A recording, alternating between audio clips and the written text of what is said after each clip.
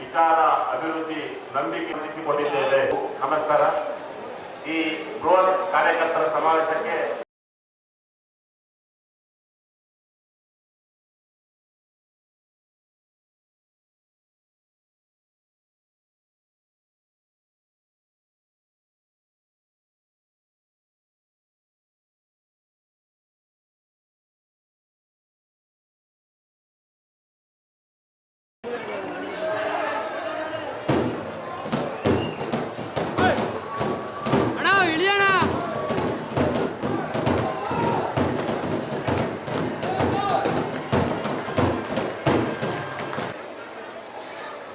ತಯಾರಿಗೆ ಕೇಳಿದ್ರೆ ಅವರೆಲ್ಲ ಖರ್ಚುಗಳಿಗೂ ಆಗಬಾರ್ದು.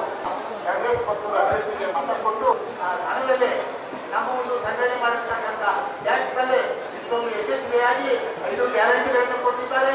ಮತ್ತು ಜೊತೆಗೆ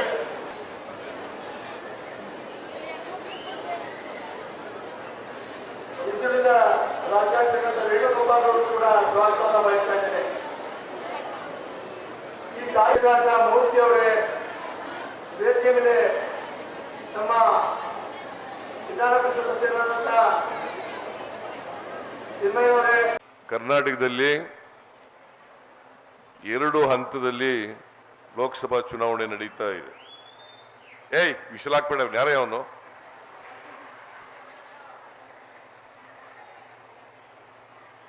ಮೊದಲನೇ ಹಂತದ ಚುನಾವಣೆ ನಮ್ಮ ದಕ್ಷಿಣ ಕರ್ನಾಟಕದಲ್ಲಿ ನಡೀತದೆ. 2ನೇ ಹಂತದ ಚುನಾವಣೆ ಉತ್ತರ ಕರ್ನಾಟಕದಲ್ಲಿ ನಡೀತದೆ. ಈ ತಿಂಗಳು 26ನೇ ತಾರೀಕು 14 ಲೋಕಸಭಾ ಕ್ಷೇತ್ರಗಳಿಗೆ ಚುನಾವಣೆ ನಡೀತಾ ಇದೆ. ಅದರಲ್ಲಿ ಮೈಸೂರು, ಕೊಡಗು ಲೋಕಸಭಾ ಕ್ಷೇತ್ರನೂ ಕೂಡ ಸೇರಿದೆ. ನೀವೆಲ್ಲರೂ ಕೂಡ ಈ ತಿಂಗಳ 26ನೇ ತಾರೀಕು ಮುಂದಿನ 5 ವರ್ಷಗಳ ಅವಧಿಗೆ ಈ ದೇಶಕ್ಕೆ ಯಾವ ಪಕ್ಷ ಅಧಿಕಾರದಲ್ಲಿ ಇರಬೇಕು ಅಂತಕ್ಕಂಥ ತೀರ್ಮಾನವನ್ನು ಮಾಡಬೇಕು. ನೀವು ಕರ್ನಾಟಕದಿಂದ ಆಯ್ಕೆಯಾಗಿರ್ತಕ್ಕಂಥ ಎಲ್ಲ ಲೋಕಸಭಾ ಸದಸ್ಯರ ಕಾರ್ಯಚಟುವಟಿಕೆಗಳನ್ನು ನೋಡಿದ್ದೀರಿ. 2 ಬಾರಿ ಈ ಕ್ಷೇತ್ರದಲ್ಲಿ ಪ್ರತಾಪ್ ಸಿಂಹ ಅವರು ಲೋಕಸಭಾ ಸದಸ್ಯರಾಗಿದ್ದರು. ಅವರು ಹಾಸನದ ಸಕಲೇಶಪುರದವರಾದರೂ ಕೂಡ ನೀವು ಉದಾರವಾಗಿ ಅವರನ್ನು ಆಯ್ಕೆ ಮಾಡಿ ಲೋಕಸಭೆಗೆ ಕಳಿಸಿದ್ರಿ. 2 ಅವಧಿನಲ್ಲಿ ಲೋಕಸಭಾ ಸದಸ್ಯರಾಗಿ ಪ್ರತಾಪ್ ಸಿಂಹ ಅವರು ಪಾರ್ಲಿಮೆಂಟ್ನಲ್ಲಿ ಅವರ ಪಾತ್ರ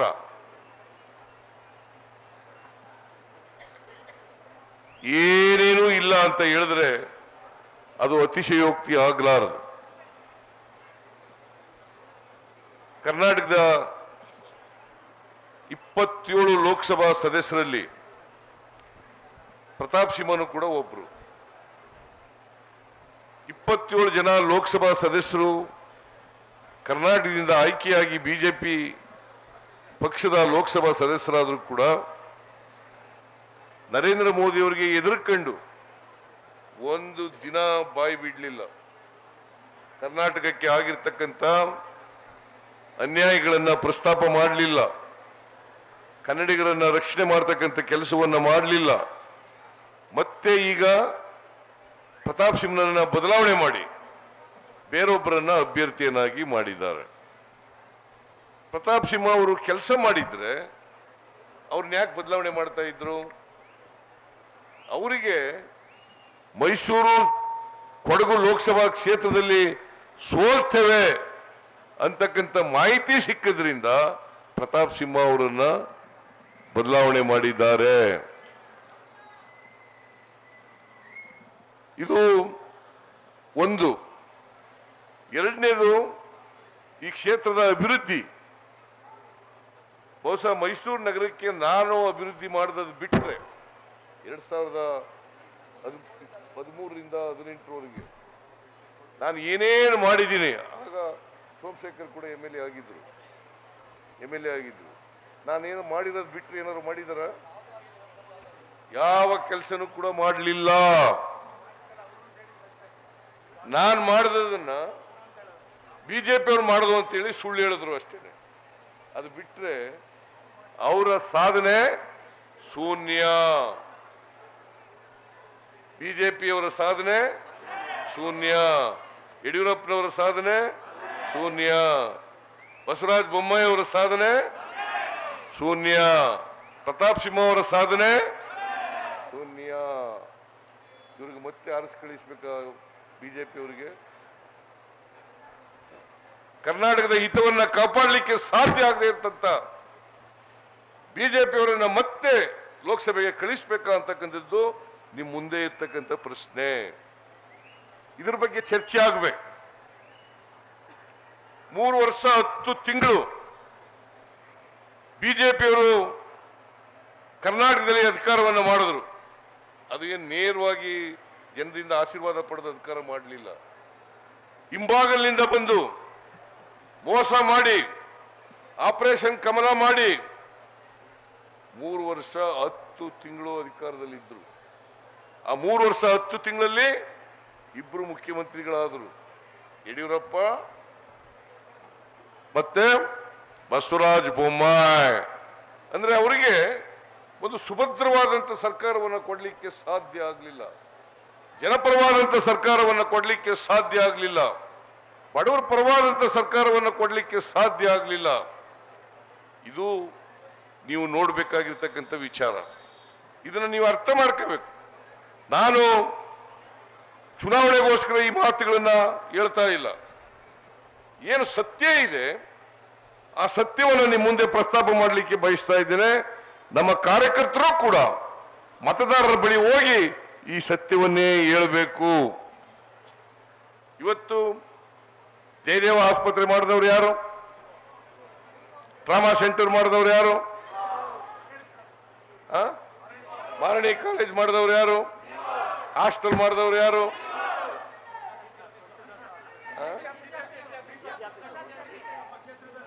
ಡಿಸಿ ಆಫೀಸ್ ಮಾಡಿದವರು ಯಾರು? ತುಳಸಿದಾಸಪ್ಪ ಮಹಿಳಾ ಮತ್ತು ಮಕ್ಕಳ ಆಸ್ಪತ್ರೆ ಮಾಡಿದವರು ಯಾರು?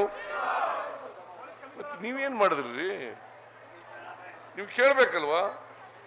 ನೀವೇನು ಮಾಡಿದ್ರಿ? ಯಾವ್ದಾದ್ರು ಒಂದು ಸಾಕ್ಷಿ ಗುಡ್ಡೆ ಇರ್ಬೇಕಲ್ಲ, ಒಂದು ಸಾಕ್ಷಿ ಗುಡ್ಡೆ ಇರ್ಬೇಕಲ್ಲ. ನಾವು ಅಧಿಕಾರದಲ್ಲಿದ್ದಾಗ ಇಂಥದ್ದು ಮಾಡಿದ್ದೇವೆ. ಡಿಸ್ಟ್ರಿಕ್ಟ್ ಆಸ್ಪತ್ರೆ ಮಾಡಿದವರು ಯಾರು? ನಮಗೆ ಆಶೀರ್ವಾದ ಮಾಡಬೇಕು ಬೇಡ? ನಮ್ಮ ಅಭ್ಯರ್ಥಿಗೆ ಆಶೀರ್ವಾದ ಮಾಡಬೇಕು ಬೇಡ? ನಾವು ಈ ಸಾರಿ ಲಕ್ಷ್ಮಣ್ ಸಾಮಾನ್ಯ ಕುಟುಂಬದಿಂದ ಬಂದಂತವರು, ಪಕ್ಷದ ನಿಷ್ಠಾವಂತ ಕಾರ್ಯಕರ್ತ, ಪಕ್ಷದಲ್ಲಿ ಜನರಲ್ ಸೆಕ್ರೆಟರಿ ಆಗಿ, ಪಕ್ಷದ ವಕ್ತಾರರಾಗಿ ಪ್ರಾಮಾಣಿಕವಾಗಿ ಕೆಲಸ ಮಾಡಿದ್ದಾರೆ. ಮತ್ತೆ ನಾನು ಅವರನ್ನ ನೋಡಿರ್ತಕ್ಕಂಥದ್ದು. ನಿಮ್ಮ ಪ್ರತಿನಿಧಿ ಆಗಲಿಕ್ಕೆ ಸಾಮರ್ಥ್ಯ, ಎಲ್ಲಾ ಸಾಮರ್ಥ್ಯಗಳನ್ನು ಹೊಂದಿರತಕ್ಕಂಥ ವ್ಯಕ್ತಿ ಅಂತಕ್ಕಂಥದ್ದನ್ನು ತಿಳ್ಕೋಬೇಕಾಗ್ತದೆ. ನಿಮ್ಮ ಪರವಾಗಿ ಪಾರ್ಲಿಮೆಂಟ್ ನಲ್ಲಿ ಮಾತಾಡಬೇಕಾ ಬೇಡ? ನಿಮ್ಮ ಧ್ವನಿಯಾಗಿರ್ಬೇಕಾ ಬೇಡ? ಅದು ಇರಬೇಕು ಅನ್ನೋದಾದ್ರೆ ಲಕ್ಷ್ಮಣ್ ಅವರನ್ನ ಆಯ್ಕೆ ಮಾಡಬೇಕು. ಮಾಡ್ತೀರಿ ಅಲ್ವಾ? ಇವತ್ತು ಕೃಷ್ಣರಾಜ ವಿಧಾನಸಭಾ ಕ್ಷೇತ್ರದಲ್ಲಿ ಸೋಮಶೇಖರ್ ಕೆಲವೇ 1000 ಮತಗಳ ಅಂತರದಿಂದ ಸೋತರು. ಈಗ ರಾಜೀವ್ ಕೂಡ ಬಂದು ಸೇರ್ಕೊಂಡಿದ್ದಾರೆ. ಸೋಮಶೇಖರ್ ಜೊತೆ ರಾಜೀವ್ ಸೇರಿರೋದ್ರಿಂದ ನಮಗೆ ಕೃಷ್ಣರಾಜ ಕ್ಷೇತ್ರದಲ್ಲಿ ಆನೆ ಬಲ ಬಂದಿದೆ ಅಂತಕ್ಕಂಥದ್ದನ್ನು ಹೇಳಲಿಕ್ಕೆ ಬಯಸ್ತಾ ಇದ್ದೇನೆ. ಇನ್ನು ಚುನಾವಣೆವರೆಗೆ 24ನೇ ತಾರೀಕಿನವರೆಗೆ ಹಗಲು ರಾತ್ರಿ ಅವರಿಬ್ರು ಕೆಲಸ ಮಾಡಬೇಕು. ನೀವೆಲ್ಲರೂ ಕೂಡ ಕೆಲಸ ಮಾಡಬೇಕು. ಆ ಕೆಲಸ ಮಾಡಿದ್ರೆ ಮಾತ್ರ ನಾವು ಮಾಡದಂತ ಕೆಲಸಕ್ಕೆ ಮನ್ನಣೆ ಸಿಗಲಿಕ್ಕೆ ಸಾಧ್ಯ ಆಗ್ತದೆ ಅಂತಕ್ಕಂಥದ್ದನ್ನು ತಿಳ್ಕೋಬೇಕಾಗ್ತದೆ. ನರೇಂದ್ರ ಮೋದಿ ಅವರು ಕಳೆದ 10 ವರ್ಷಗಳಿಂದ ಈ ದೇಶದ ಪ್ರಧಾನಮಂತ್ರಿ ಆಗಿದ್ದಾರೆ. 12 ವರ್ಷ ಗುಜರಾತಿನ ಮುಖ್ಯಮಂತ್ರಿ ಆಗಿದ್ರು. ಅವ್ರು ಹೇಳಿದ್ರು ಪ್ರಧಾನಮಂತ್ರಿ ಆದಾಗ, ದೇಶದಲ್ಲಿ ಗುಜರಾತ್ ಮಾದರಿ ಸರ್ಕಾರ ಮಾಡ್ತೀವಿ. ನಾನು ಗುಜರಾತ್ ಬಹಳ ಅಭಿವೃದ್ಧಿ ಆಗಿರ್ಬೇಕು ಅಂತ ಹೋಗಿ ನೋಡಿದೆ. ಕರ್ನಾಟಕಕ್ಕಿಂತ ಅಭಿವೃದ್ಧಿ ಆಗಿದೆ ಏನಪ್ಪಾ ಅಂತ ನೋಡಕ್ ಹೋದ್ರೆ ನಮ್ಮ ರಾಜ್ಯದ ಅಭಿವೃದ್ಧಿಗೂ ಕೂಡ ಹೋಲಿಕೆ ಮಾಡಲಿಕ್ಕೆ ಸಾಧ್ಯ ಆಗಲ್ಲ. 12 ವರ್ಷ ಮುಖ್ಯಮಂತ್ರಿ, ಈಗ 10 ವರ್ಷ ಪ್ರಧಾನಮಂತ್ರಿ. ಈ ದೇಶಕ್ಕೆ ಏನ್ ಕಾಂಟ್ರಿಬ್ಯೂಷನ್ ಅವ್ರದ್ದು ಅಂತಕ್ಕಂಥದ್ದನ್ನ ನೀವೆಲ್ಲರೂ ಕೂಡ ವಿಚಾರ ಮಾಡಬೇಕಾಗ್ತದೆ. ಏನ್ ಮಾಡಿದ್ದಾರೆ? ಅವ್ರು ಹೇಳಿದಂತ ಭರವಸೆಗಳನ್ನು ಈಡೇರಿಸಿದಾರ? ನನ್ನ ಪ್ರಕಾರ ಅವ್ರು ಹೇಳಿರ್ತಕ್ಕಂಥ ಪ್ರಮುಖ ಭರವಸೆಗಳು ಯಾವ ಭರವಸೆಗಳನ್ನು ಕೂಡ ಈಡೇರಿಸಿಲ್ಲ.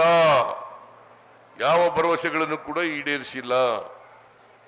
ನಾನು ರಾಜೀವ್ ಸೇರ್ಕೊಂಡಾಗ ಹೇಳಿದೆ, ನಾನು 15 ಲಕ್ಷ ಹೊರದೇಶದಲ್ಲಿ ಕಪ್ಪು ಹಣ ಇದೆ, ಆ ಕಪ್ಪು ಹಣ ತಗೊಂಡು 15 ಲಕ್ಷ ಎಲ್ಲರ ಅಕೌಂಟ್ಗಳಿಗೆ ಹಾಕ್ಬಿಡ್ತೀನಿ ಅಂತ ಹೇಳಿದ್ರು.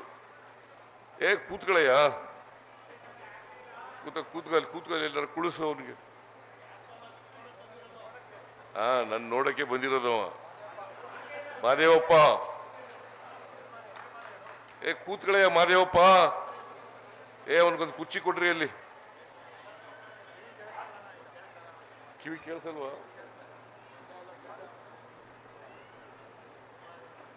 ಆಗಿರ್ಬೇಕು, ಅವನಿಗೆ 90 ಆಗಿರ್ಬೇಕು.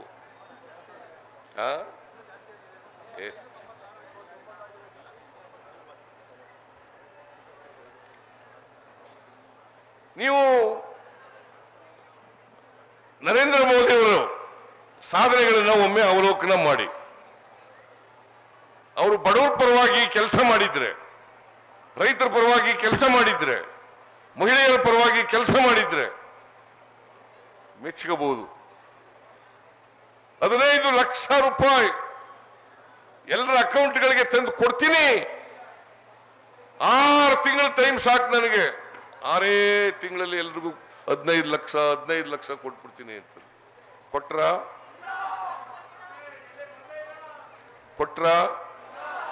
ಕೊಡ್ಲಿಲ್ಲ. ಇದು ಶುದ್ಧ ಸುಳ್ಳು. ಈಗ ಅದ್ರ ಬಗ್ಗೆ ಮಾತಾಡಲ್ಲ. 15 ಲಕ್ಷ ಬೇಡಪ್ಪ, ಈಗ ಬೇಡಯ್ಯ. ಯಾರು ನಿಮ್ ಕಾಮನ್ ಸೆನ್ಸ್ ಇಲ್ವಲ್ಲ? 15 ಲಕ್ಷ ಇರಲಿ, 15 ರೂಪಾಯಿನೂ ಕೂಡ ಕೊಡ್ಲಿಲ್ಲ. ನರೇಂದ್ರ ಮೋದಿ ಅವರು ಹೇಳಿದ್ರು, ಎಲ್ಲ ಆಹಾರ ಪದಾರ್ಥಗಳ ಬೆಲೆಗಳೆಲ್ಲ ಇಳಿಸ್ಬಿಡ್ತೀನಿ, ಇನ್ಫ್ಲೇಷನ್ ಅನ್ನು ಕಡಿಮೆ ಮಾಡ್ತೀನಿ, ನಮ್ಮ ರೂಪಾಯಿ ಮೌಲ್ಯ ಏನು ಕುಸಿದಿದೆ ಅದನ್ನ ಮೇಲಕ್ಕೆ ತರ್ತಕ್ಕಂಥ ಪ್ರಯತ್ನವನ್ನು ಮಾಡ್ತೇನೆ, ಪೆಟ್ರೋಲ್, ಡೀಸೆಲ್, ಗ್ಯಾಸ್ ಇವುಗಳ ಬೆಲೆಗಳನ್ನು ಇಳಿಸ್ತೇನೆ, ಎಲ್ಲರ ಜೀವನ ಉತ್ತಮಗೊಳಿಸ್ತಕ್ಕಂಥ ಪ್ರಯತ್ನವನ್ನು ಮಾಡುತ್ತೇನೆ. ಜನ ನಂಬುದ್ರು, ಪಾಪ ಯುವಕರೆಲ್ಲ ನಂಬುದ್ರು. ಯಾಕಂದ್ರೆ 2 ಕೋಟಿ ಹುದ್ದೆ ಪ್ರತಿ ವರ್ಷ ಸೃಷ್ಟಿ ಮಾಡ್ತೀನಿ ಅಂತ ಹೇಳಿದ್ರು. 2 ಕೋಟಿ ಹುದ್ದೆ ನಂಬಿ ಪಾಪ ಯುವಕರೆಲ್ಲ ಮೋದಿ ಮೋದಿ ಮೋದಿ ಅನ್ನಕ್ಕೆ ಶುರು ಮಾಡಿದ್ರು. ಇದನ್ನ ಸುಳ್ಳು ಹೇಳಿದ್ರು ಮೋದಿ ಮೋದಿ ಅಂತಾರೆ ಅಂತ ಹೇಳಿ ಇನ್ನು ಜಾಸ್ತಿ ಸುಳ್ಳು ಹೇಳಕ್ ಶುರು ಮಾಡ್ಕೋಬಿಟ್ರು. ಈಗ ನಿಜವಾದಂತ ಬಣ್ಣ ಗೊತ್ತಾಗಿದೆ. ಮೋದಿಯವರ ನಿಜವಾದಂತ ಬಣ್ಣ ಗೊತ್ತಾಗಿದೆ. ನಾಳೆ ಮೈಸೂರಿಗೆ ಬರ್ತಾ ಇದ್ದಾರೆ. ಇವತ್ತು ನಾನು ಮೋದಿ ಅವ್ರಿಗೆ ಕೇಳ್ತೀನಿ, ಯಾವ ಮುಖ ಒತ್ಕೊಂಡು ನೀವು ಓಟ್ ಕೇಳ್ತೀರಿ? ಯಾವ ಮುಖ ಒತ್ಕೊಂಡು ಓಟ್ ಕೇಳ್ತೀರಿ? ನಾಳೆ ನೀವು ಕರ್ನಾಟಕಕ್ಕೆ ಆಗಿರ್ತಕ್ಕಂಥ ಅನ್ಯಾಯವನ್ನು ಸರಿಪಡಿಸ್ತಕ್ಕಂಥ ಪ್ರಯತ್ನವನ್ನು ಮಾಡಲಿಲ್ಲ. ಬರಗಾಲ ಬಂದಾಗ ಬಂದು ಕೇಳಲಿಲ್ಲ, ರೈತರ ಕಷ್ಟ ಸುಖ ಕೇಳಲಿಲ್ಲ. ಪ್ರವಾಹ ಬಂದಾಗ ಬರಲಿಲ್ಲ. ಕೇವಲ ಓಟ್ ಕೇಳಕ್ಕೋಸ್ಕರ ಬರ್ತಾ ಇದ್ದೀರಿ. ಕೇವಲ ಓಟ್ ಕೇಳಕ್ಕೋಸ್ಕರ ಬರ್ತಾ ಇದ್ದೀರಿ. ಹೋಗ್ಲಿ, ಈ ದೇಶದ ಬಡವರ, ದಲಿತರ, ಮಹಿಳೆಯರ ಅವ್ರ ಕೆಲಸನಾದ್ರು ಮಾಡಿದ್ರ? ಅದು ಮಾಡಲಿಲ್ಲ. ಬರಗಾಲ ಬಂದಿದೆ ಕರ್ನಾಟಕದಲ್ಲಿ. ಬರಗಾಲಕ್ಕೆ ಇವತ್ತವರೆಗೆ ₹1 ಬಿಡುಗಡೆ ಮಾಡಕ್ಕಾಗಿಲ್ಲ. ಕರ್ನಾಟಕದ ಮೇಲೆ ದ್ವೇಷ ಸಾಧಿಸ್ತಾ ಇದ್ದೀರಿ. ಕರ್ನಾಟಕದ ಬಗ್ಗೆ ದ್ವೇಷ ನಿಮಗೆ, ಮಲತಾಯಿ ಧೋರಣೆ ನಿಮಗೆ. ಇವತ್ತು ನೀವು ಕೇಳಬೇಕಾಗ್ತದೆ, ನೀವು ₹1 ಆದರೂ ಯಾಕೆ ಕೊಡ್ಲಿಲ್ಲ? ಅದು ಅವ್ರ ಮನೆಯಿಂದ ಕೊಡೋದಲ್ಲ, ಕೇಂದ್ರ ಸರ್ಕಾರದ ದುಡ್ಡಲ್ಲ, ನಮ್ಮ ಹಣ, ನಮ್ಮ ತೆರಿಗೆ ಹಣ, ನೀವು ಕೊಡ್ತಕ್ಕಂಥ ತೆರಿಗೆ ಹಣ. ಈ ಹಣ ಕೊಡ್ಲಿಕ್ಕೆ ಇವ್ರಿಗೆ ಹೊಟ್ಟೆ ಉರಿಯಲ್ಲ. ಯಾಕಂತಂದ್ರೆ ಕರ್ನಾಟಕದಲ್ಲಿ ಕಾಂಗ್ರೆಸ್ ಸರ್ಕಾರ ಇದೆ, ಬಡವರಿಗೆ ಕೆಲಸ ಮಾಡ್ತಾ ಇದ್ದಾರೆ, ಅವ್ರಿಗೆ ದುಡ್ಡು ಕೊಡದೇನೆ ತೊಂದರೆ ಕೊಡಬೇಕು ಅಂತೇಳಿ ಇವತ್ತಿನವರೆಗೆ ₹1 ಬಿಡುಗಡೆ ಮಾಡಲಿಲ್ಲ. ₹1 ಬಿಡುಗಡೆ ಮಾಡಲಿಲ್ಲ. ನಾವು 18,171 ಕೋಟಿ ಕೇಳಿದ್ದೀವಿ. 18,171 ಕೋಟಿ. ಸುಮಾರು 48 ಲಕ್ಷ ಹೆಕ್ಟೇರ್ ಪ್ರದೇಶದಲ್ಲಿ ಬೆಳೆ ಹಾನಿ. ಕೇಂದ್ರ ಸರ್ಕಾರದ ದುಡ್ಡಲ್ಲ, ನಮ್ಮ ಹಣ, ನಮ್ಮ ತೆರಿಗೆ ಹಣ, ನೀವು ಕೊಡ್ತಕ್ಕಂಥ ತೆರಿಗೆ ಹಣ. ಈ ಹಣ ಕೊಡ್ಲಿಕ್ಕೆ ಇವ್ರಿಗೆ ಹೊಟ್ಟೆ ಉರಿಯಲ್ಲ. ಯಾಕಂತಂದ್ರೆ ಕರ್ನಾಟಕದಲ್ಲಿ ಕಾಂಗ್ರೆಸ್ ಸರ್ಕಾರ ಇದೆ, ಬಡವರಿಗೆ ಕೆಲಸ ಮಾಡ್ತಾ ಇದ್ದಾರೆ, ಅವ್ರಿಗೆ ದುಡ್ಡು ಕೊಡದೇನೆ ತೊಂದರೆ ಕೊಡಬೇಕು ಅಂತೇಳಿ ಇವತ್ತಿನವರೆಗೆ ₹1 ಬಿಡುಗಡೆ ಮಾಡಲಿಲ್ಲ. ₹1 ಬಿಡುಗಡೆ ಮಾಡಲಿಲ್ಲ. ನಾವು 18,171 ಕೋಟಿ ಕೇಳಿದ್ದೀವಿ. 18,171 ಕೋಟಿ. ಸುಮಾರು 48 ಲಕ್ಷ ಹೆಕ್ಟೇರ್ ಪ್ರದೇಶದಲ್ಲಿ ಬೆಳೆ ಹಾನಿಯಾಗಿದೆ. 48 ಲಕ್ಷ ಹೆಕ್ಟೇರ್ ಪ್ರದೇಶದಲ್ಲಿ ಸುಮಾರು 35,000 ಕೋಟಿ ರೈತರಿಗೆ ನಷ್ಟ ಆಗಿದೆ ಬೆಳೆ ಹಾನಿಯಿಂದ. ನೀವು ಇವತ್ತಿನವರೆಗೆ ಇಷ್ಟೆಲ್ಲ ಕಷ್ಟದಲ್ಲಿದ್ರೂ ಕೂಡ ₹1 ಕೊಡ್ಲಿಲ್ಲ. ನಾವು 240 ತಾಲೂಕುಗಳಲ್ಲಿ 223 ತಾಲೂಕುಗಳನ್ನ ಬರಗಾಲ ಪೀಡಿತ ಪ್ರದೇಶ ಅಂತೇಳಿ ಘೋಷಣೆ ಮಾಡಿದ್ದೀವಿ. ಇದು ಬಹುಶಃ 100 ವರ್ಷಗಳಲ್ಲಿ ಇಂಥ ಭೀಕರವಾದಂಥ ಬರಗಾಲ ಬಂದಿರ್ತದೆ ಕರ್ನಾಟಕಕ್ಕೆ. ಇದೇ ಆಫ್ಟರ್ 100 years. ಕೂತ್ಕೊಳ್ರಮ್ಮ, ಇನ್ನೊಂದು 10 ನಿಮಿಷ ಕೂತ್ಕೊಳ್ಳಿ. ಕೂರ್ರಿ.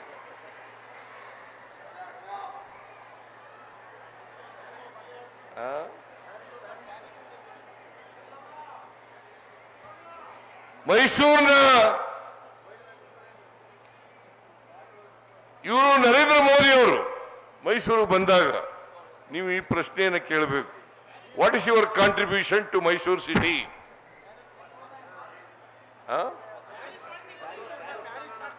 ಏನ್ ಪ್ಯಾರಿಸ್ ಮಾಡೋದು? ಇವತ್ತಿನವರೆಗೆ 10 ವರ್ಷದಲ್ಲಿ ಒಂದೇ ಒಂದು ಅಭಿವೃದ್ಧಿ ಕೆಲಸ ಮಾಡಿದವರು ಪ್ಯಾರಿಸ್ ಮಾಡ್ತಾರೆ. ಪ್ಯಾರಿಸ್ ಮಾಡ್ತಾರೆ.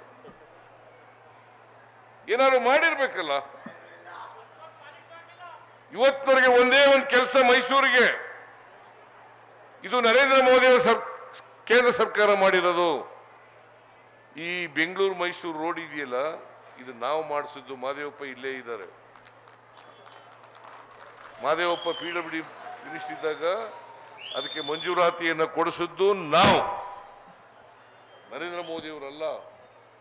ಆಸ್ಕರ್ ಫರ್ನಾಂಡಿಸ್ ಅವರು ರೋಡ್ ಟ್ರಾನ್ಸ್ಪೋರ್ಟ್ ಮಿನಿಸ್ಟರ್ ಇರುವಾಗ ಅವರು ಅಪ್ರೂವ್ ಮಾಡಿದ್ದು. ಇದನ್ನ ನಾವು ದುಡ್ಡು ಕೊಟ್ಟಿದ್ದೀವಿ ಅಂತ ಹೇಳ್ತಾರೆ. ಸ್ವಾಮಿ ನರೇಂದ್ರ ಮೋದಿಜಿ, ನಾವು ಒಂದು ವರ್ಷಕ್ಕೆ 1,40,000 ಕೋಟಿಗೂ ಹೆಚ್ಚು ಹಣವನ್ನು ತೆರಿಗೆ ರೂಪದಲ್ಲಿ ಕೊಡ್ತಾ ಇದ್ದೀವಿ. ಎಷ್ಟು? 4,43,000 ಕೋಟಿ. ಅದರಲ್ಲಿ ಎಷ್ಟು ಕೋಟಿ ಕೊಟ್ಟಿದ್ದೀರಿ ರಸ್ತೆ ಅಭಿವೃದ್ಧಿಗೆ, ರೈಲ್ವೆ ಅಭಿವೃದ್ಧಿಗೆ?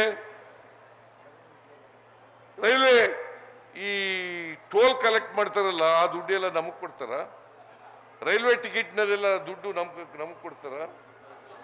ನಮ್ಗೇನು ಕೊಡಲ್ಲ, ಅವರೇ ತಗೊಳ್ತಾರೆ. ರಸ್ತೆ ಮಾಡ್ಬಿಟ್ಟು ಟೋಲ್ ಕಲೆಕ್ಟ್ ಮಾಡ್ಕೋತಾರೆ, ರೈಲ್ವೆ ಮಾಡ್ಬಿಟ್ಟು ರೈಲ್ವೆ ಟಿಕೆಟ್ ತಗೋತಾರೆ. ಆದರೂ ಕೂಡ ರೈಲ್ವೆ ಯೋಜನೆಗಳಿಗೆ ಜಮೀನು ನಾವು ಕೊಡೋದು. ಅದ್ರ ಜೊತೆಗೆ ಆ ಯೋಜನೆ ವೆಚ್ಚ ಇದೆಯಲ್ಲ, ಅದರ ಅರ್ಧದಷ್ಟು ನಾವು ಕೊಡ್ತೀವಿ. ನಮ್ಮ ಹೆಸರೇ ಇಲ್ಲ.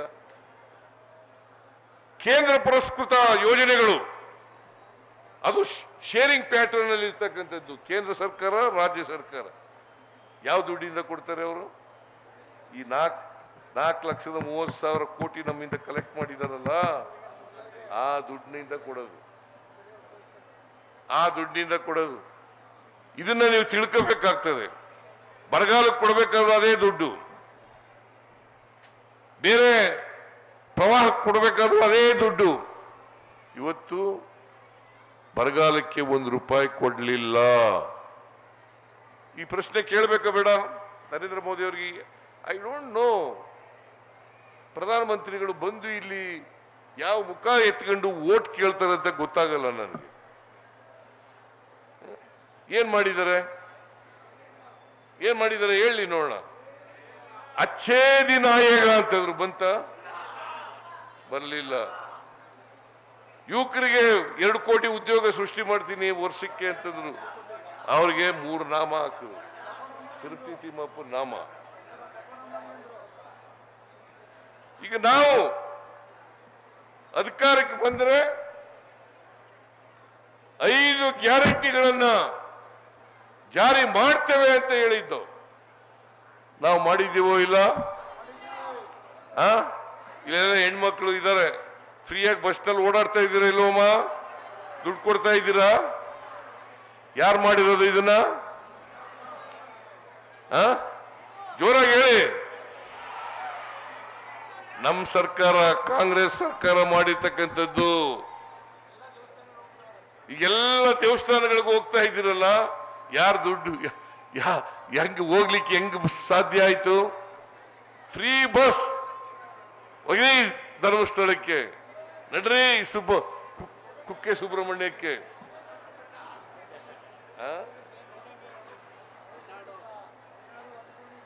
ಹೊರನಾಡು ನಡ್ರಿ, ಮಾದೇಶ್ವರನ ಬೆಟ್ಟ ನಡ್ರಿ. ಇವೆಲ್ಲ ಹೋಗ್ಲಿಕ್ಕೆ ಸಾಧ್ಯ ಆದದ್ದು ನಾವು ಉಚಿತವಾಗಿ ಬಸ್ ಪ್ರಯಾಣವನ್ನ ಮಾಡದ್ರಿಂದ. ಈ ಗ್ಯಾರಂಟಿ ಶಕ್ತಿ ಯೋಜನೆ ಗ್ಯಾರಂಟಿ. ಇದನ್ನ ನಾವು ಅಧಿಕಾರಕ್ಕೆ ಮೇ 20ಕ್ಕೆ ಬಂದವು. ಜೂನ್ 11ನೇ ತಾರೀಕಿಗೆ ಇದನ್ನು ಜಾರಿ ಮಾಡೋದು. ಜೂನ್ 11ನೇ ತಾರೀಕಿಗೆ ಜಾರಿ ಮಾಡೋದು. ಆಮೇಲೆ ಅನ್ನಭಾಗ್ಯ. ನರೇಂದ್ರ ಮೋದಿಯವರು ನಾನು ಮುಖ್ಯಮಂತ್ರಿ ಆಗಿರುವಾಗ 7 kg ಅಕ್ಕಿ ಕೊಡ್ತಾ ಇದ್ದೆ. ಬಡವರು ಊಟ ಮಾಡಲಿ 3 ಹೊತ್ತು ಅಂತ ಹೇಳಿ, ಹೊಟ್ಟೆ ತುಂಬಾ ಊಟ ಮಾಡಬೇಕು, ಯಾರು ಹಸಿದು ಮಲಗಬಾರದು ಅಂತೇಳಿ 7 kg ಅಕ್ಕಿ ಕೊಡ್ತಾ ಇದ್ದೆ ಹಿಂದೆ 2013ರಿಂದ 2018ವರೆಗೆ. ಈ ಬಿಜೆಪಿಯವರು ಬಂದು ಆ 7 kgನ 5 kg ಮಾಡಿಬಿಟ್ರು. ನಮ್ಮ ಜನ ಹೆಂಗೆ ಅಂತಂದ್ರೆ, ಕಡಿಮೆ ಮಾಡಿದ್ರು ಕೇಳಲ್ಲ, ಏನು ಕೊಡದೆ ಹೋದ್ರೂ ಕೇಳಲ್ಲ. ನರೇಂದ್ರ ಮೋದಿ ಏನು ಕೊಡ್ಲಿಲ್ಲ. ಭಾವನಾತ್ಮಕವಾದಂಥ ವಿಚಾರಗಳಿಂದ ಹೊಟ್ಟೆ ತುಂಬಿಸ್ಲಿಕ್ಕೆ ಸಾಧ್ಯ ಆಗೋದಿಲ್ಲ. ಹಸಿದ ಹೊಟ್ಟೆಗೆ ಅನ್ನ ಕೊಡಬೇಕು, ಮೈಗೆ ಬಟ್ಟೆ ಕೊಡಬೇಕು, ಮನೆ ಸೂರು ಕೊಡಬೇಕು. ಇದು ಕಾಂಗ್ರೆಸ್ ಪಕ್ಷದ ಸಿದ್ಧಾಂತ. ಕಾಂಗ್ರೆಸ್ ಬಡವರಿಗೆ ಅನ್ನ, ಬಟ್ಟೆ, ವಸತಿ, ಶಿಕ್ಷಣ ಇದನ್ನ ಕೊಡ್ತಕ್ಕಂಥ ಕೆಲಸವನ್ನು ಮಾಡ್ತಾರೆ. ಬಡವರ ಪರವಾಗಿ ಅನೇಕ ಕಾರ್ಯಕ್ರಮಗಳನ್ನು ಮಾಡಿದ್ದೀವಿ. ಅನ್ನಭಾಗ್ಯ ಕಾರ್ಯಕ್ರಮ, ಕ್ಷೀರಭಾಗ್ಯ ಕಾರ್ಯಕ್ರಮ, ಇವತ್ತು ಶಾಲಾ ಮಕ್ಕಳಿಗೆಲ್ಲ ಹಾಲು ಕೊಡ್ತಾ ಇರ್ತಕ್ಕಂಥ ಕಾರ್ಯಕ್ರಮ ಪ್ರಾರಂಭ ಮಾಡಿದವರು ಯಾರು? ಕೃಷಿ ಹೊಂಡಗಳನ್ನು ತೋಡಿಸ್ಲಿಕ್ಕೆ ಕೃಷಿ ಭಾಗ್ಯ ಕಾರ್ಯಕ್ರಮ ಮಾಡಿದವರು ಯಾರು? ಮೈತ್ರಿ ಮನಸ್ವಿನಿ ಕಾರ್ಯಕ್ರಮಗಳನ್ನು ಮಾಡಿದವರು ಯಾರು? ಶಿವಭಾಗ್ಯ ಮಾಡಿದವರು ಯಾರು? ಇಂದಿರಾ ಕ್ಯಾಂಟೀನ್ ಮಾಡಿದವರು ಯಾರು? ವಿದ್ಯಾಸಿರಿ ಮಾಡಿದವರು ಯಾರು? ಉಚಿತವಾಗಿ ಕರೆಂಟ್ ಕೊಟ್ಟವರು ಯಾರು?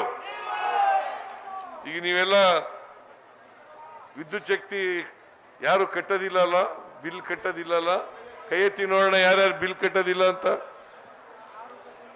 ಯಾರು 200 ಯೂನಿಟ್ ವರೆಗೆ ಫ್ರೀ ಕರೆಂಟ್.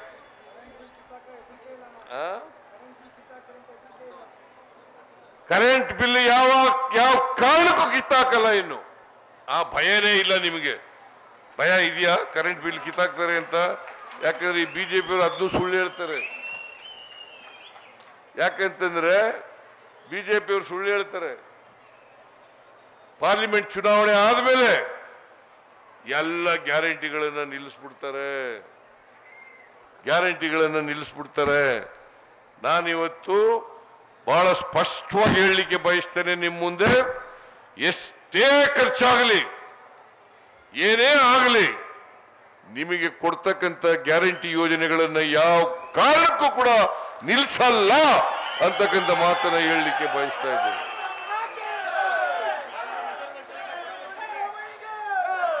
ಅಪಪ್ರಚಾರ, ಮೊದಲು ಈ ಗ್ಯಾರಂಟಿಗಳನ್ನೇ ಅಪಹಾಸ್ಯ ಮಾಡಿದ್ರು, ಈಗ ಚುನಾವಣೆ ಆದ್ಮೇಲೆ ನಿಲ್ಲಿಸ್ಬಿಡ್ತಾರೆ ಅಂತ ಹೇಳ್ತಾ ಇದ್ದಾರೆ. ಆಮೇಲೆ ಬರಗಾಲ ಬಂದಾಗ ಏನು ಪರಿಹಾರ ಕೊಡ್ಲಿಲ್ಲ ಅಂತಂದ್ರು. ನಾವು ಇವತ್ತು 44 ಲಕ್ಷ ರೈತರಿಗೆ 650 ಕೋಟಿ ರೂಪಾಯಿಗಳನ್ನ, ಪ್ರತಿ ರೈತರಿಗೆ 2,000 ರೂಪಾಯಿವರೆಗೆ ಪರಿಹಾರವನ್ನ ಕೊಟ್ಟಿದ್ದೇವೆ. ನಿಮಗೆ ನಾವು ಮಾತು ಕೊಟ್ಟಂತೆ ಮನೆ ಯಜಮಾನಿಗೆ 2,000 ರೂಪಾಯಿ ಬರ್ತಾ ಇದೆಯಾ ಇಲ್ಲ? 2,000 ರೂಪಾಯಿ ಇವತ್ತು ಯುವ ನಿಧಿ, ಶಕ್ತಿ ಯೋಜನೆ, ಅನ್ನಭಾಗ್ಯ, ಗೃಹ ಜ್ಯೋತಿ, ಗೃಹಲಕ್ಷ್ಮಿ ಎಲ್ಲ ಕಾರ್ಯಕ್ರಮಗಳಿಂದ ಒಂದು ಕುಟುಂಬಕ್ಕೆ 4 ರಿಂದ 5,000 ರೂಪಾಯಿ ಸಿಗ್ತಾ ಇದೆ. 4 ರಿಂದ 5,000 ರೂಪಾಯಿ ನಿಮ್ ಕೈಗೆ ಖರ್ಚು ಮಾಡ್ಲಿಕ್ಕೆ ಹಣ ಸಿಗ್ತಾ ಇಲ್ಲ? ಇದನ್ನ ಯಾರು ಕೊಟ್ಟಿದ್ರ? ಹಿಂದೆ ಯಾವನಾದ್ರು ಬಿಜೆಪಿ ಅವ್ರು ಕೊಟ್ಟಿದ್ರ? JDS-ನವ್ರು ಕೊಟ್ಟಿದ್ರ? ನಾವು ಕೊಟ್ಟಿದ್ದೀವಿ. ಇದು ಹೆಮ್ಮೆಯಿಂದ ಹೇಳ್ತಕ್ಕಂಥದ್ದಲ್ಲ, ಇದು ನಮ್ಮ ಕರ್ತವ್ಯ. ಬಡವರ ಕೈಗೆ ದುಡ್ಡು ಕೊಡ್ಬೇಕು, ಅವ್ರಿಗೆ ಕೊಂಡ್ಕೊಳ್ತಕ್ಕಂಥ ಶಕ್ತಿಯನ್ನ ಹೆಚ್ಚು ಮಾಡ್ಬೇಕು. ಅವರು ಕೊಂಡ್ಕೊಳ್ತಕ್ಕಂಥ ಶಕ್ತಿ ಬಂದ ಮೇಲೆ ಅಂಗಡಿಗೆ ಹೋಯ್ತಾರೆ, ಬೇರೆ ಮಕ್ಕಳು ಓದಿಸ್ಲಿಕ್ಕೆ ಮಾಡ್ತಾರೆ, ಅದಕ್ಕೆ ಖರ್ಚು ಮಾಡಲಿಕ್ಕೆ ದುಡ್ಡು ಸಿಗ್ಲಿಕ್ಕೆ ಸಾಧ್ಯ ಆಗ್ತದೆ, ದೇವಸ್ಥಾನಗಳಿಗೆ ಹೋಗ್ಲಿಕ್ಕೆ ಸಾಧ್ಯ ಆಗ್ತದೆ. ಇದರಿಂದ ದುಡ್ಡು ನಿಮ್ ಕೈ ಕೊಡೋದ್ರಿಂದ ವಹಿವಾಟು ಜಾಸ್ತಿ ಆಗಿ ತೆರಿಗೆ ಸರ್ಕಾರಕ್ಕೂ ಕೂಡ ಬರ್ತದೆ. ವಾಪಸ್ ಈ ಹಣ ವಾಪಸ್ ನಮಗೆ ಬರ್ತದೆ ತೆರಿಗೆ. ಯಾಕಂತಂದ್ರೆ ನಾನು ಮೊನ್ನೆ 1 ತಿಂಗಳ ಹಿಂದೆ ಮನೆ ಉದ್ಘಾಟನೆ ಮಾಡಕ್ ಹೋಗಿದ್ದೆ. ಇಲ್ಲೂ ಮಾಡಿರ್ಬೇಕು ನನಗೆ ಕಾಣಿಸುತ್ತೆ. ಕೊಳಗೇರಿ ಜನರಿಗೆ ಇಲ್ಲಿ ನಾರಾಯಣ ಹೊಟ್ಟದ್ನ ಜಮೀರ್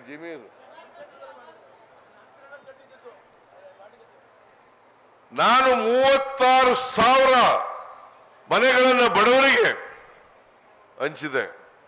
ಅದರ ಹೆಸರು ಮಾತ್ರ ನರೇಂದ್ರ ಮೋದಿ ಪ್ರಧಾನಮಂತ್ರಿ ಆವಾಸ್ ಯೋಜನೆ. ಅವ್ರು ಕೊಡೋದು 1.5 ಲಕ್ಷ, ಆ ಮನೆಗೆ ಖರ್ಚಾಗೋದು 7.5 ಲಕ್ಷ. GST ವಸೂಲು ಮಾಡ್ಕೋತಾರೆ 1,38,000 ರೂಪಾಯಿ. ಬರೋದು ಎಷ್ಟಪ್ಪ ನಮಗೆ? 12,000 ಅಷ್ಟೇ. 12,000 ಕೊಟ್ಬಿಟ್ಟು ನಾವು ಬಡವರು ಮನೆ ಕಟ್ಕೊಟ್ಟಿದ್ದೀವಿ, ಬಡವರು ಮನೆ ಕಟ್ಕೊಟ್ಟಿದ್ದೀವಿ, ಬಡವರು ಮನೆ ಕಟ್ಕೊಟ್ಟಿದ್ದೀವಿ ಅಂತೇಳಿ ಪ್ರಚಾರ ಮಾಡ್ತಕ್ಕಂಥದ್ದು. ನಾವು ಇವತ್ತು ಈ ವರ್ಷ ಈಗಾಗಲೇ 36,000 ಕೋಟಿ ರೂಪಾಯಿಗಳನ್ನು ಖರ್ಚು ಮಾಡಿ 5 ಗ್ಯಾರಂಟಿ ಯೋಜನೆಗಳನ್ನು ಜಾರಿಗೆ ಕೊಟ್ಟಿದ್ದೀವಿ. ಮುಂದಿನ ವರ್ಷಕ್ಕೆ 52,009 ಕೋಟಿ ರೂಪಾಯಿಗಳನ್ನು ಬಜೆಟ್ನಲ್ಲಿ ಇಟ್ಟಿದ್ದೀನಿ.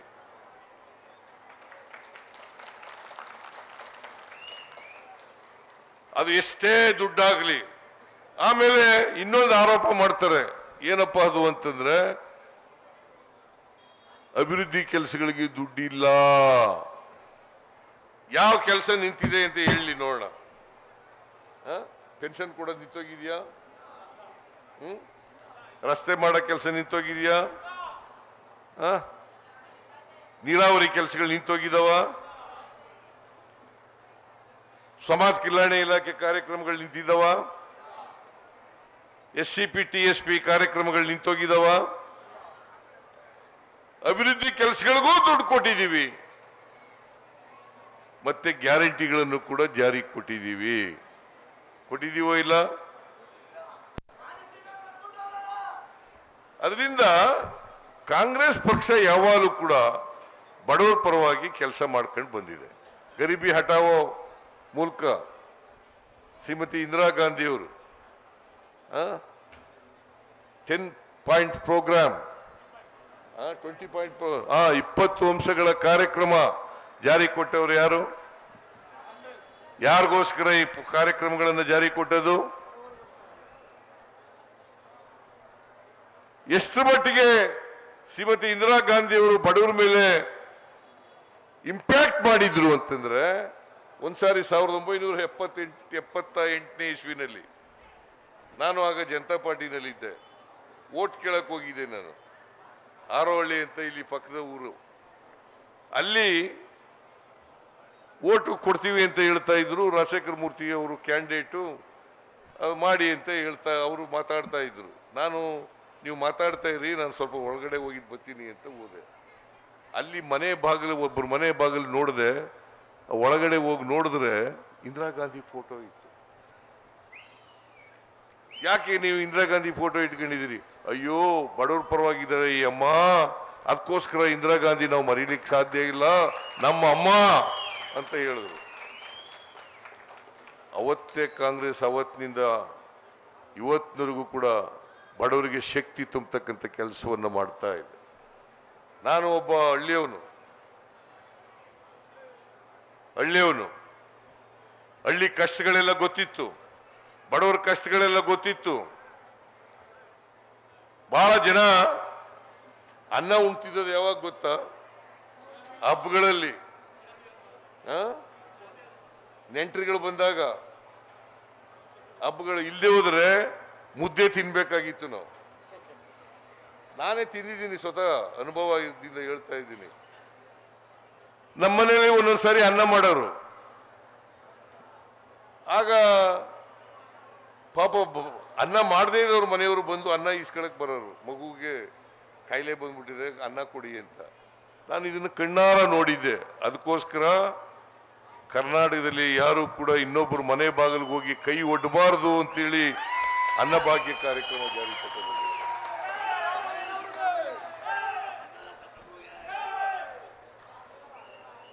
ಅನ್ನಭಾಗ್ಯ ಕಾರ್ಯಕ್ರಮ ತಗೊಂಡ್ಬಂದಿತ್ತು. ಇಂದಿರಾ ಕ್ಯಾಂಟೀನ್ ಮಾಡಿದ್ಯಾಕಪ್ಪ ಅಂತಂದ್ರೆ, ವಿದ್ಯಾರ್ಥಿಗಳು, ಕಾರ್ಮಿಕರು, ಆಸ್ಪತ್ರೆ ಬರೋರು, ಬೇರೆ ಬೇರೆ ಕೆಲಸಕ್ಕೆ ಪಟ್ಟಣಕ್ಕೆ ಬರೋರು, ಅವ್ರಿಗೆಲ್ಲ ಕಡಿಮೆ ದರದಲ್ಲಿ ಆಹಾರ ಸಿಕ್ಕಬೇಕು ಅಂತೇಳಿ 5 ರೂಪಾಯಿಗೆ ಟಿಫನ್, 10 ರೂಪಾಯಿಗೆ ಊಟ ಮಾಡಿಕೊಡ್ಬೇಕು ಅಂತೇಳಿ ಮಾಡಿಕೊಟ್ಟದ್ದು ಸಿದ್ದರಾಮಯ್ಯನ ಸರ್ಕಾರ ಅಂತಕ್ಕಂಥದ್ದನ್ನು ಮರೀಲಿಕ್ಕೆ ಸಾಧ್ಯ.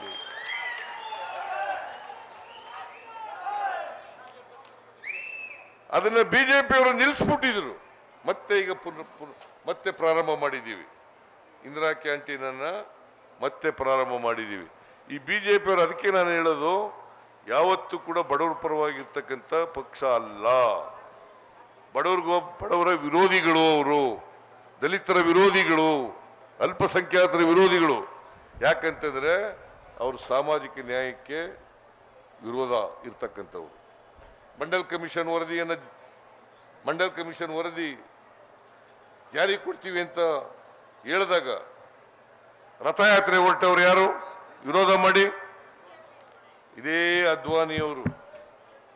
ಮೋದಿ ಆಗತ್ತೆ ಇರಲಿಲ್ಲ ಅವರಿಗೆ, ಯಾರಿಗೂ ಗೊತ್ತಿಲ್ಲ.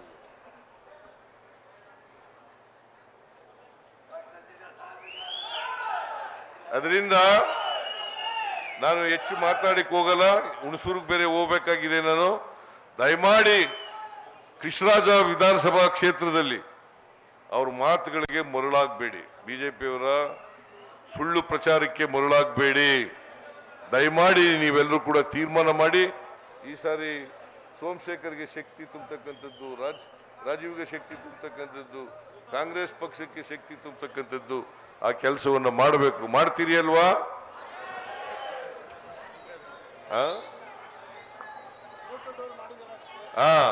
ನಮ್ಮ ಪಕ್ಷದ ಅಭ್ಯರ್ಥಿ, ಕಾಂಗ್ರೆಸ್ ಪಕ್ಷದ ಅಭ್ಯರ್ಥಿಗೆ ಆಶೀರ್ವಾದ ಮಾಡಿ ಅವ್ರನ್ನ ಲೋಕಸಭೆಗೆ ಕಳಿಸ್ಕೊಡ್ಬೇಕು. ಯಾರನ್ನ? ಎಂ ಲಕ್ಷ್ಮಣ್.